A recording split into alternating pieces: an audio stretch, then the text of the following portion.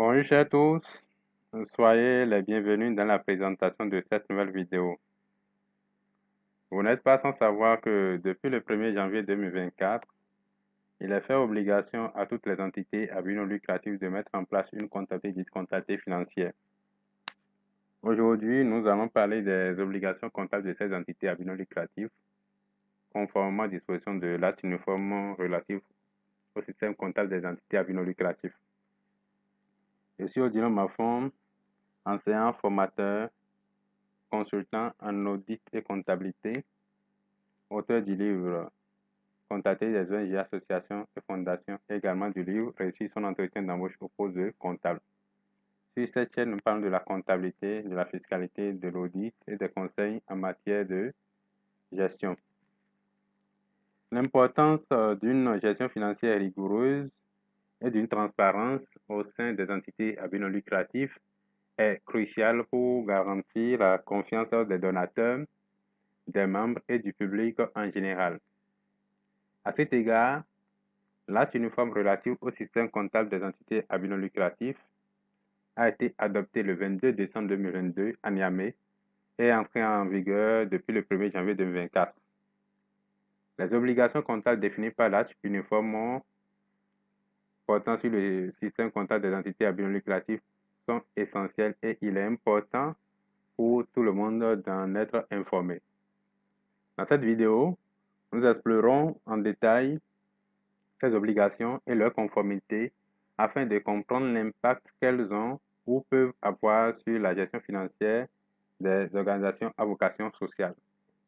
De la définition des normes spécifiques à l'identification des étapes clés pour assurer la mise en conformité, nous examinerons les conséquences de la non-conformité et en outre fournirons des recommandations pratiques pour faciliter la gestion comptable des entités à but non lucratif.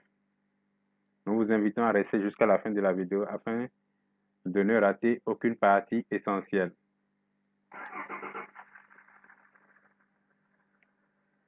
Les entités à but non lucratif sont soumises à des réglementations spécifiques en matière de comptabilité afin de garantir la transparence et la bonne gestion de leurs activités financières. L'acte uniforme portant sur le système comptable des entités à but non lucratif constitue le cadre réglementaire de référence pour ces organisations. Adopté dans plusieurs pays, notamment les 17 pays de l'OHADA, cet acte vise à standardiser les pratiques comptables et à renforcer la confiance du public dans le secteur non lucratif. L'acte uniforme définit les principes comptables et les règles de présentation des états financiers pour les entités à but non lucratif. Selon l'article 1 du droit comptable, les entités à but non lucratif selon l'article 1 du droit comptable des entités à but non lucratif, il a institué un système comptable unique, commun à tous les parties, dénommé Système comptable des entités à but non lucratif, en abrégé SISBNL, annexé à l'acte uniforme relatif au système comptable des entités à but non lucratif. Quel est son objectif principal? Son objectif principal est de garantir la transparence et la fiabilité de l'information financière produite par ces organisations, ce qui facilite la prise de décision des parties prenantes et renforce la crédibilité du secteur. Quelles sont en réalité les entités qui sont concernées quand on parle d'entités à but non lucratif? La disposition de l'acte uniforme s'applique à un large éventail d'entités à but non lucratif. L'entité à but non lucratif s'entend de toute organisation poursuivant un but désintéressé et dont les ressources éventuellement générées par l'activité servent au fonctionnement et à la réalisation de son objet social. C'est la définition de l'article 2 de l'acte uniforme, qui est un peu différente de la définition proposée par la loi du juillet 1901 qui dit qu'une association est une convention par laquelle deux ou plusieurs personnes mettent en commun et de façon permanente leurs connaissances ou leurs activités dans un but autre que de partager les bénéfices. Donc, quand on parle ici maintenant d'entités à but non lucratif, nous avons deux catégories. Il y a les associations et les autres professionnels. Et il y a les entités ayant pour objet la gestion de l'administration de projets de développement financier en général par les bailleurs bilatéraux, multilatéraux, privés ou étatiques. Et quand on parle d'associations et les autres professionnels, il y a plusieurs compartimentations, il y a plusieurs entités qui sont concernées. Il y a les associations en général, il y a les fondations, il y a les fonds de dotation, il y a les autres professionnels, il y a les organisations religieuses, il y a les clubs sportifs, il y a les mutuelles ayant le statut d'association. Et il faut dire que, quelle que soit leur taille ou leur domaine d'activité, ces entités sont tenues de se conformer aux normes comptables établies par le présent acte. Quels sont en réalité maintenant les principes comptables obligatoires? Sinon, pardon, quelles sont les principales obligations? C'est l'objet de notre vidéo. On va parler uniquement des principales obligations. Il faut dire que les obligations des entités à but non lucratif, conformément à l'acte uniforme portant sur le système comptable des entités à but non lucratif, englobent plusieurs aspects essentiels pour assurer une gestion financière transparente et responsable. Nous allons citer pratiquement, disons, 10 obligations, 5 obligations. Et ensuite, on va voir quelles sont les étapes à suivre pour respecter les dispositions de l'acte uniforme. Donc, comme première obligation, on va parler des obligations en matière de transparence et de communication financière. Les entités à but non lucratif en réalité sont également tenues de maintenir un haut niveau de transparence en ce qui concerne leurs activités financières. Cela implique de rendre compte de matière claire et compréhensible de l'utilisation des fonds, des ressources de financement, des dépenses et des résultats obtenus. La communication financière transparente renforce la confiance des donateurs, des membres et du public dans l'organisation. Nous avons également la tenue des livres journaux obligatoires. Les entités à but non lucratif doivent obligatoirement tenir à jour plusieurs livres comptables, notamment le journal, la balance générale des comptes, le grand livre et le livre d'inventaire. Ces documents permettent de consigner toutes les opérations financières de l'organisation de manière chronologique et détaillée, offrant ainsi une traçabilité complète des transactions. Il y a ce qu'on appelle également le registre des donateurs. Un autre aspect important de la gestion financière des entités à but non lucratif est la tenue d'un registre des donateurs. Ce registre, en réalité, doit inclure toutes les informations pertinentes sur les donateurs, telles que les coordonnées, le montant des dons effectués et les dates des dons. Maintenir un registre des donateurs permet à l'organisation de suivre et de reconnaître les conditions de ces bienfaiteurs de manière appropriée. Nous avons également la désignation d'un auditeur des comptes. Conformément aux dispositions de l'acte uniforme, les entités à but non lucratif doivent désigner un auditeur des comptes lorsque les conditions sont remplies pour examiner et certifier la conformité de leurs états financiers. L'auditeur des comptes est chargé de réaliser des audits périodiques de l'organisation afin de s'assurer que les principes comptables sont conformes aux normes établies et de garantir la fiabilité des informations financières produites. Il faut dire que le livre journal, le livre d'inventaire, le registre des donateurs doivent être cotés et paraphés par le tribunal de première instance du ressort de l'entité. Les conditions de désignation de l'auditeur des comptes, nous en ferons une vidéo incessamment. La dernière obligation, c'est le rapport d'activité. À la clôture de chaque exercice, les organes d'administration ou de direction, selon le cas, dressent l'inventaire et les états financiers conformément aux dispositions de l'acte uniforme et établissent un rapport d'activité. Le rapport d'activité expose la situation de l'entité durant l'exercice écoulé, ses perspectives de développement ou son évolution prévisionnelle et l'évolution de la situation de la trésorerie. Les événements importants survenus entre la date de clôture de l'exercice et la date à laquelle il est établi doivent également y être mentionnés.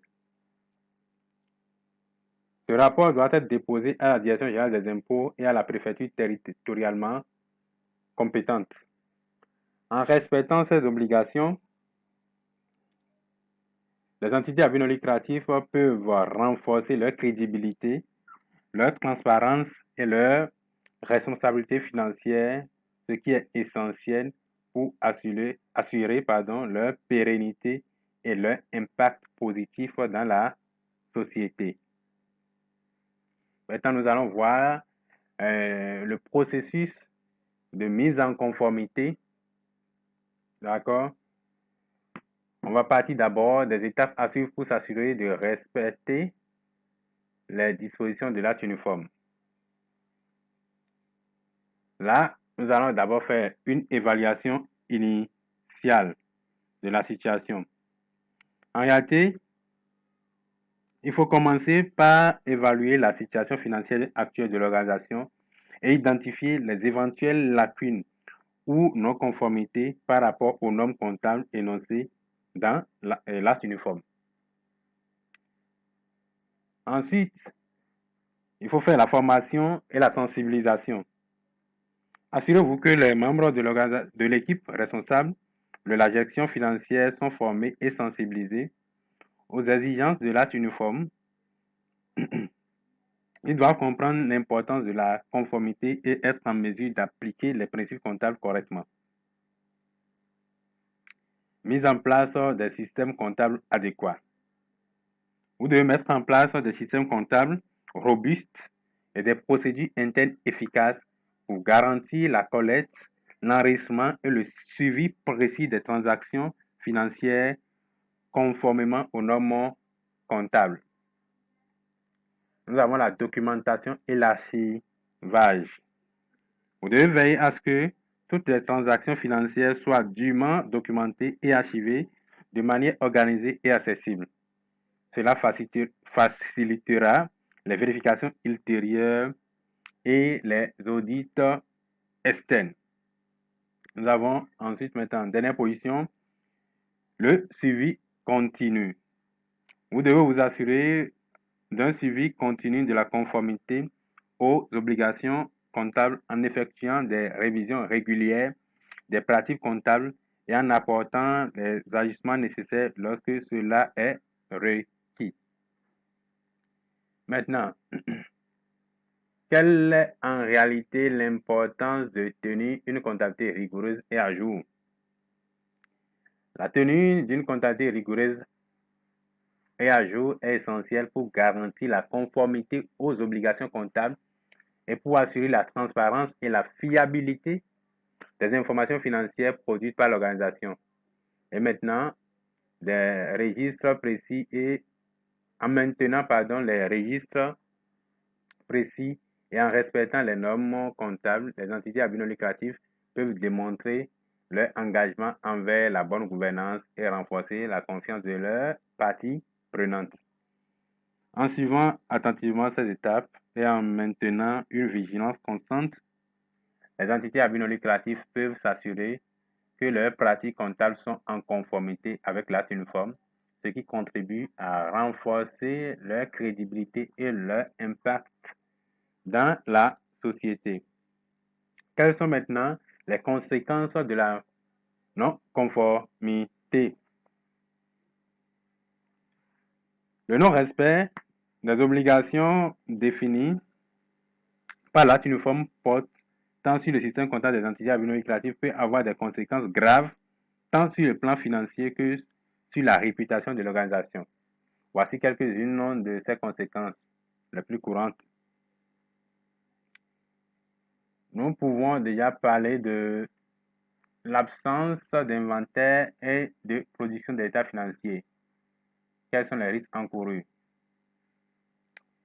Selon l'article 24 de l'acte uniforme portant sur le système comptable des entités à but non lucratif, encourent une sanction pénale les dirigeants d'entités à but non lucratif qui n'ont pas pour chaque exercice dressé l'inventaire et établir les états financiers annuels ainsi que le rapport d'activité, ont sciemment établi et communiqué des états financiers ne donnant pas une image fidèle du patrimoine, de la situation financière et du résultat de l'exercice, n'ont pas tenu et mis à jour le registre des donateurs.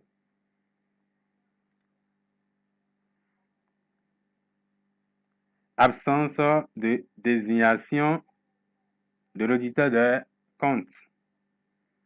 Selon l'article 25 du même acte, encourt une sanction pénale les dirigeants d'entités à but non lucratif qui n'ont pas provoqué la désignation de l'auditeur de l'entité ou ne l'ont pas convoqué à l'Assemblée générale ou pas devant l'instance qui en tient lieu statuant sur les comptes de l'entité. Troisième, on va parler maintenant de l'obstruction aux vérifications de l'auditeur.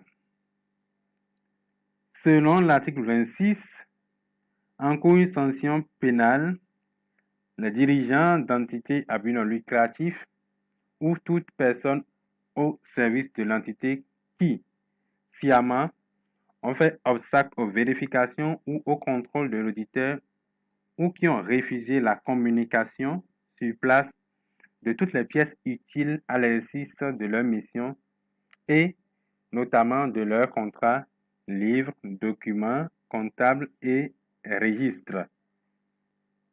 Au-delà de ce que vous voyez, il y a également la perte de confiance.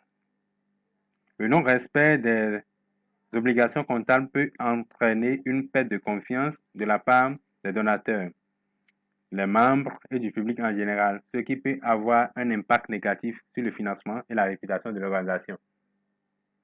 Il y a aussi les litiges et les poursuites judiciaires. En réalité, en cas de non-conformité grave ou de mauvaise gestion financière, les entités à but non lucratif peuvent être exposées à des litiges et à des poursuites judiciaires de la part de leurs parties prenantes ou des autorités compétentes. Il y a également la rétention des subventions de financement. Les entités à but non lucratif qui ne respectent pas les normes comptables peuvent voir leur demande de subvention et de financement rejetée ou leurs fonds gelés par les bailleurs de fonds et les institutions financières. Il est donc crucial pour l'entité à but non lucratif de respecter scrupuleusement les obligations comptables énoncées dans l'acte uniforme afin d'éviter ces conséquences et de préserver leur légitimité et leur impact positif dans la société. Nous allons donner quelques conseils pour faciliter la gestion comptable des entités à but non lucratif. Pour assurer une gestion comptable efficace et de se conformer aux obligations définies par l'acte uniforme portant sur le système comptable des entités à but non lucratif, nous avons quelques conseils à vous donner. Et d'abord, il faut la formation continue des salariés et toutes les parties prenantes au sein de l'entité. Il faut utiliser des logiciels comptables adaptés. Il faut la séparation des tâches. Il faut que chacun soit dans son rôle pour qu'on puisse situer les responsabilités de chacun. La documentation complète. Il faut que la documentation soit disponible et toute opération doit être tracée par une pièce comptable.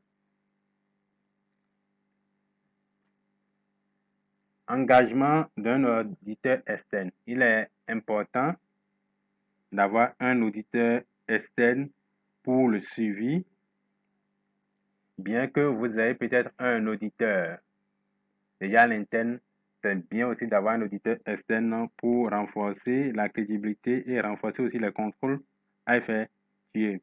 Engager un auditeur indépendant pour effectuer les audits périodiques des comptes de l'organisation afin de pouvoir garantir la conformité aux normes comptables et d'identifier d'éventuelles lacunes et irrégularités. C'est vraiment important pour l'entité à but non lucratif.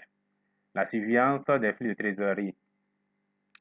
Ça va éviter que vous soyez peut-être en difficulté de trésorerie dans le futur. La gestion prudente des fonds, la transparence et la communication. C'est tout ce qu'on a prévu pour vous aujourd'hui. Merci de votre aimable attention. N'oubliez pas de liker la vidéo, de partager au maximum. À la prochaine pour une nouvelle vidéo. N'oubliez pas de mettre en commentaire les thèmes sur lesquels vous aimeriez que nous intervenons.